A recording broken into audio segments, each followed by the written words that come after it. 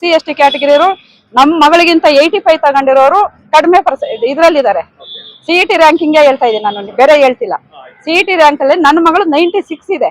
ಹೆಂಗೋಯ್ತು ಅಲ್ಲಿಗೆ ಅಂದ್ರೆ ನಾನು ಒಕ್ಕಲಿಗ, ಜಾತಿ ಹೇಳ್ಬಾರ್ದು, ಆದ್ರೂ ನಾನು ಒಕ್ಕಲಿಗ ಅಲ್ಲೋದೆ. ಹಂಗಾಗಿ ವಿದ್ಯಾಭ್ಯಾಸದ ವಿಷಯದಲ್ಲಿ ಮಕ್ಕಳಿಗೆ ತುಂಬಾ ಅನ್ಯಾಯ ಆಗ್ತಾ ಇದೆ. ಅದನ್ನ ಅಲ್ಲಿಂದನೇ ತೆಗಿಬೇಕು. ಇವಾಗ ಏನಂದ್ರೆ ಸ್ಟೂಡೆಂಟ್ ಲೈಫ್ ಅಲ್ಲಿ ನೋಡು, ಅವ್ರಿಗೆ ಅಲ್ಲೋಯ್ತು, ಅಲ್ಲೋಗಿದ್ದಾರೆ, ಅವರು ಜಾಸ್ತಿ ಕಡಿಮೆ ಮಾರ್ಕ್ಸ್ ಬಂದವ್ರು ಅಲ್ಲೋದ್ರು ಅನ್ನೋಷ್ಟೊತ್ತಿಗೆ ಮಕ್ಕಳಿಗೆ ಮೈಂಡ್ ಸೆಟ್ ಏನಾಯ್ತು, ನಾನು ಅಲ್ಲಿರ್ಬೇಕಾಗಿತ್ತು, ನಂದು 80ನೋ 70ನೋ ಬರ್ತಿತ್ತು ಪರ್ಸೆಂಟೇಜು, ಇದ್ರ ಹತ್ರ ಬರ್ಬೇಕಿತ್ತು, ನಾನು ಅಷ್ಟು ರ್ಯಾಂಕಿಂಗ್ ಹೆಂಗೋದೆ ನಾನು ಅಲ್ಲಿ ಅನ್ನೋ ಮೈಂಡ್ ಸೆಟ್ ಮಕ್ಕಳಿಗೆ ಡಿಪ್ರೆಷನ್ ಹೋಗುತ್ತೆ. ನೀವು ರಿಸರ್ವೇಶನ್ ಇಲ್ವಾ ಮೇಡಮ್ ಒಕ್ಕಲಿಗರಿಗೆ? ಯಾವ್ದು ರಿಸರ್ವೇಶನ್ ಇಲ್ಲ ಸರ್. OBC ನಾವು OBC ಗೆ ರಿಸರ್ವೇಶನ್ ಇದೆ ಇಲ್ಲ ಸರ್. ಯಾವ ಕ್ಯಾಟಗರಿ? ಜನರಲ್ ಜನರಲ್ ಮೆರಿಟ್ ಅಲ್ಲ, OBC ಗೆ ರಿಸರ್ವೇಶನ್ ಇದೆ. ಜಾತಿ ಬಗ್ಗೆನೂ ಮಾತಾಡ್ತಿಲ್ಲ. ಕರ್ನಾಟಕದಲ್ಲಿ 33% ಇದೆ. ಅಲ್ಲಿ ಬೇಡ, ಸಮಾಜವಾಗೂ ಇರ್ಬೇಕಾದ್ರು ಬೇಡ ಸರ್. ಎಲ್ಲಾರು ಒಂದೇ ತರ ನೋಡೋಣ, ಆ ಕ್ಯಾಟಗರಿನೇ ತೆಗೀರಿ ಅಂತ ನಾನು ಹೇಳ್ತಿದ್ದೀನಿ.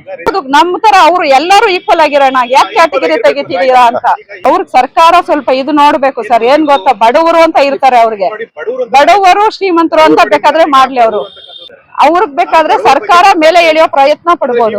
ಬಡವ್ರಿಗೆ ಮಾಡ್ಲಿ, ಶೋಷಿತರಿಗೆ ಬೇಡ ಸರ್. ಅದು ಬೇಡವೇ ಬೇಡ, ಕ್ಯಾಸ್ಟಿಸಮೇ ಬೇಡ ಅಂತ ನನ್ನ ಪ್ರಕಾರ. ತೊಲಗಿಸಬೇಕು ಸರ್.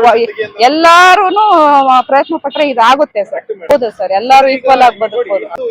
ರಿಸರ್ವೇಶನ್ ಕೊಡೋದಾದ್ರೂ ಕೊಡ್ಬೇಕು ಸರ್. ವಿದ್ಯಾವಂತರಿಗೆ ಎಲ್ಲಾರ್ನು ಇದ್ ಮಾಡಬೇಕು. ನಮ್ಮ ದೇಶದಲ್ಲಿ 3 ದುರಂತಗಳಿದಾವೆ. ಮೊದಲನೇದು ಜಾತಿ, ಎರಡನೇದು ಭ್ರಷ್ಟಾಚಾರ, ಮೂರನೇದು ಈ ಧರ್ಮ, ಜಾತಿ ಮತ್ತೆ ಭ್ರಷ್ಟಾಚಾರ, 3 ನಮ್ಮ ದೇಶಕ್ಕೆ ಮಾರಕವಾಗಿದೆ. ಧರ್ಮದ ಹೆಸರಲ್ಲಿ ಏರುಪೇರಾಗ್ತಾ ಇದೆ, ಮಾನಸಿಕವಾಗಿ ಗೊಂದಲಗಳು ಜೊತೆ ದ್ವೇಷಗಳು ಉತ್ಪಾದನೆ ಆಗ್ತಾ ಇದೆ, ಒಬ್ಬರೊಬ್ಬರು ಬಡದಾಡೋ ಮಟ್ಟಕ್ಕೆ ಹೋಗ್ತಾ ಇದೆ. ಈಗ ನೀವು ಹೇಳಿದ ಪ್ರಶ್ನೆಗೆ ಏನು, ಜಾತಿ ನಾಮಫಲಕಗಳನ್ನ ಇಟ್ಕೊಂಡು ಈಗ ಗೌಡಾಸ್ ಹೋಟೆಲ್, ರೆಡ್ಡಿಸ್ ಹೋಟೆಲ್, ಬಸವೇಶ್ವರ ಖಾನಾವಳಿ, ಲಿಂಗಾಯತ್ ಹೋಟೆಲ್, ಆಮೇಲೆ ಇದು ಬ್ರಾಹ್ಮಿನ್ಸ್ ಇಡ್ಲಿ, ತಟ್ಟೆ ಇಡ್ಲಿ, ಈ ರೀತಿ ಎಲ್ಲ ಏನಂದ್ರೆ ಜಾತಿ ನೋಡಿ, ನಮ್ಮ ಜಾತಿದ್ದು ಹೋಟೆಲ್, ಆ ಬನ್ನಿ ಅನ್ನತ್ತ ಕರಿದಂಗ, ಅಯ್ಯಂಗಾರ್ ಬೇಕರಿ, ಇವೆಲ್ಲ ಇದು ಏನಾಗತ್ತೆ ಅಂದ್ರೆ ಆ ಜಾತಿ ಇಟ್ಕೊಂಡವ್ರಿಗೆ ಒಂಥರ ಪ್ರೌಡ್ನೆಸ್ ಬರ್ತದೆ.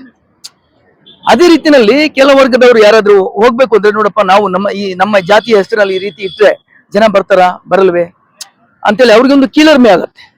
ಇವ್ರಿಗೆ ಮೇಲರಿಮೆ, ಇವ್ರಿಗೆ ಕೀಳರಿಮೆ.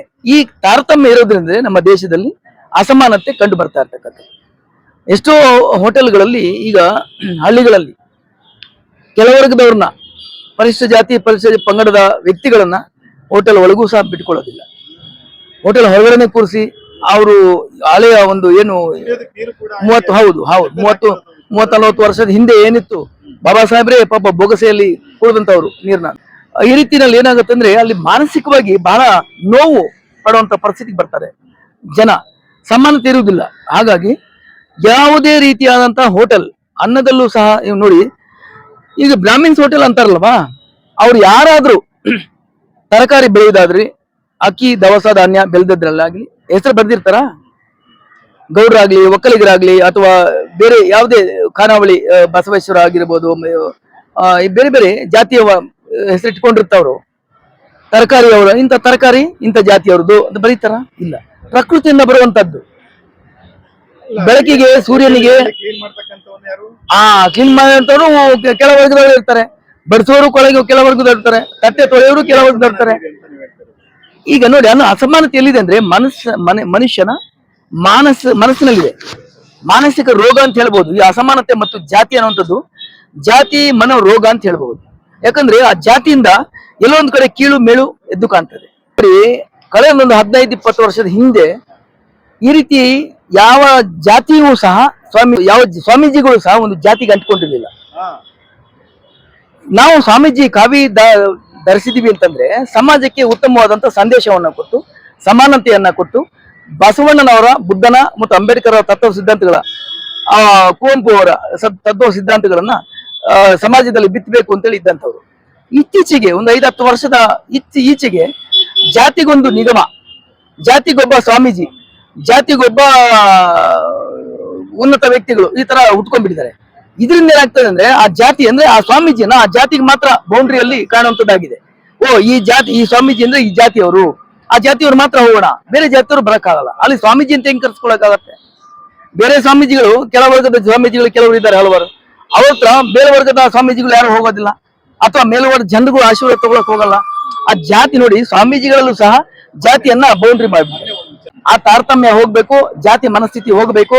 ದೇಶ ಭ್ರಷ್ಟಾಚಾರ, ಜಾತಿ ಮುಕ್ತ ಮತ್ತು ಧರ್ಮ ಮುಕ್ತವಾಗಿ ಮಾನವತಾವಾದಿಗಳಾಗಿ ಬದುಕಿದಲ್ಲಿ ಮಾತ್ರ ಬುದ್ಧ, ಬಸವಣ್ಣ, ಅಂಬೇಡ್ಕರ್ ಮತ್ತು ಕುವೆಂಪುರವರ ದಾರ್ಶನಿಕ ಚಿಂತನೆಗಳಲ್ಲಿ ಮೇಲಕ್ಕೆ ಹೋಗುತ್ತೆ ನಮ್ಮ ದೇಶ, ಉನ್ನತ ಸ್ಥಾನಕ್ಕೆ ಹೋಗುತ್ತೆ ಅಂತೇಳಿ ಹೇಳ ಬಯಸ್ತೇನೆ.